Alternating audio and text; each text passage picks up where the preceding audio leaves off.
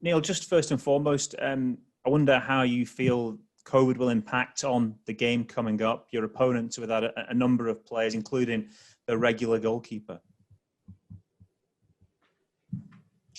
Yeah, I mean, it may put them in a difficult position. You know, it's something that we're obviously keeping an eye on.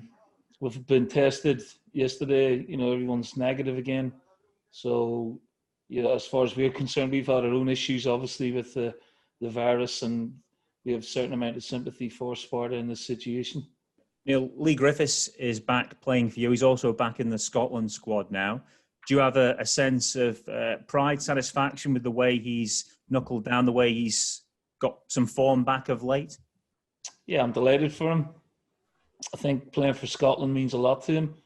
So it's just another, positive step in the right direction. And it's, he's worked very, very hard, and he's continuing to work hard. And obviously he'll be in contention tomorrow for, the squad. He's in reasonable condition now, and he's come back looking as hungry as ever. Finally, from me, you were fair but firm with him in the summer, Neil. Do you think he appreciates now that the stance you've taken with him and the support you've offered him? Yeah, listen, I've got a great relationship with him, as I do with the rest of the players. I've known him a long time. I know what he's capable of. I understand him, and I do know he has his ups and downs, and we've shown a lot of patience with him, and we're getting rewarded with it now. And, it's down to him. He needs to stay on it. He needs to stay at that level. But he will be an asset, like I've said, for us as we go along. So, yeah, we're delighted for him. And as a club, we're delighted for him as well. How wary do you normally feel, Neil, when you hear a team's get 6 or 7 first-team players missing from a game? How wary? Yeah, in terms of, the expectations then will be a Celtic victory, Again, I don't take too much notice of it.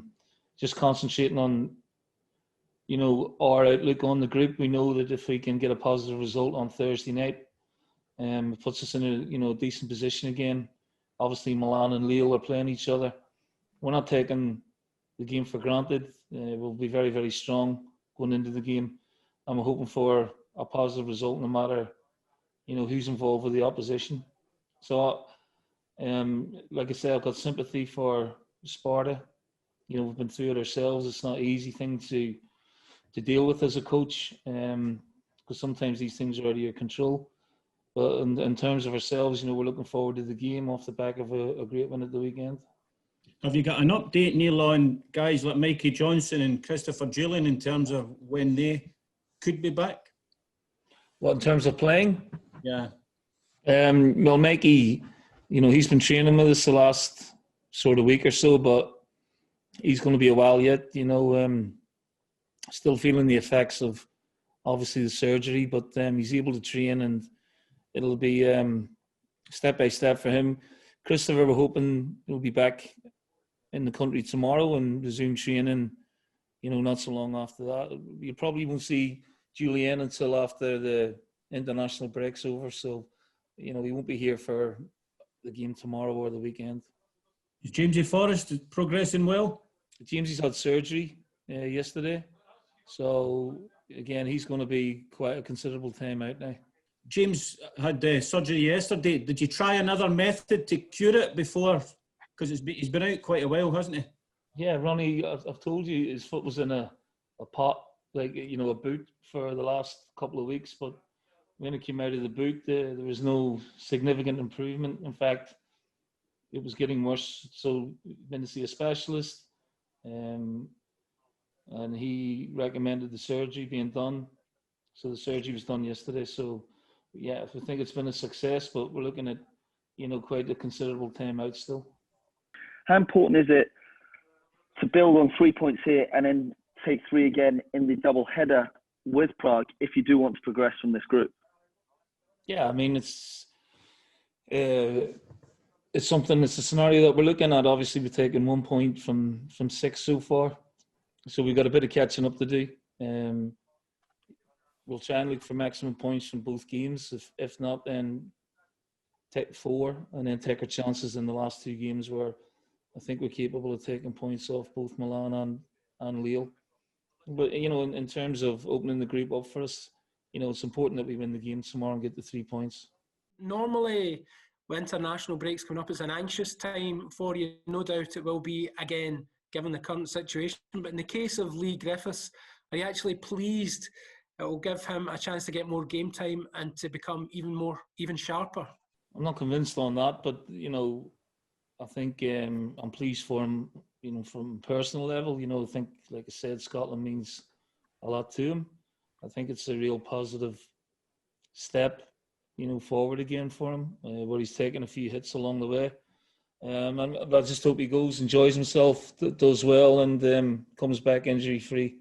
And that, you know, I mean that in the best regard for all of the players who go away. We were really under the cosh after the last international break, so we were trying desperately not to have a repeat performance of that. Obviously, Scott Bain started again at the weekend. Vasilis was on the bench. Is it Scott's place to lose now that he's in that position?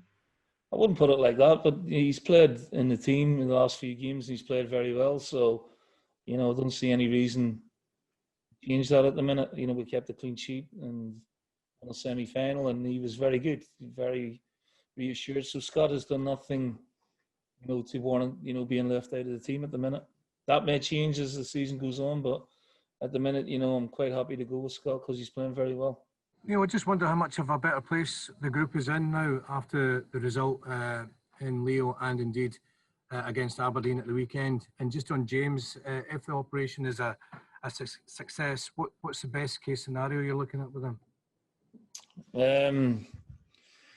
Best case scenario, we're probably looking at 68 weeks, you know, but it may be longer than that. So we'll just have to see how he settles after the surgery. Yeah, the atmosphere around the training ground is great.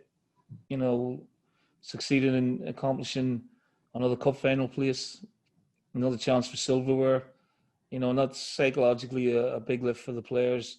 And obviously they took a lot from the performance in Lille, where they showed that they can really sort of reach those levels of a top quality side. And you know, we're moving on. You know, we have a difficult opponent tomorrow night. There's no easy games in the Europa League. The Sparta, a very strong, functional team.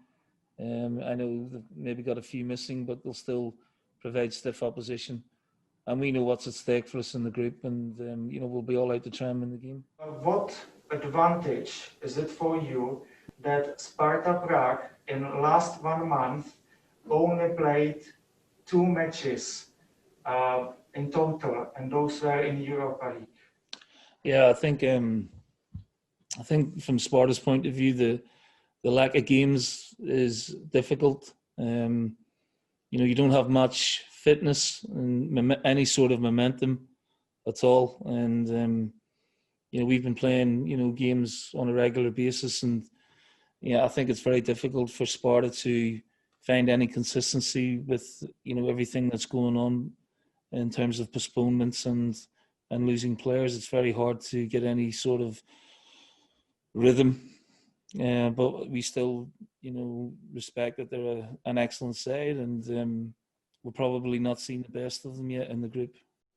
I don't know if you still remember Jiří Jarošík, the ex-player for Celtic, and if there is going to be any conversation, any consultation about the team that came to Scotland. Yeah, I mean, we've basically covered a lot of the games. You know, we covered the Lille game, we covered the AC Milan game, and obviously they haven't been playing domestically. So we know there are going to be a few players down.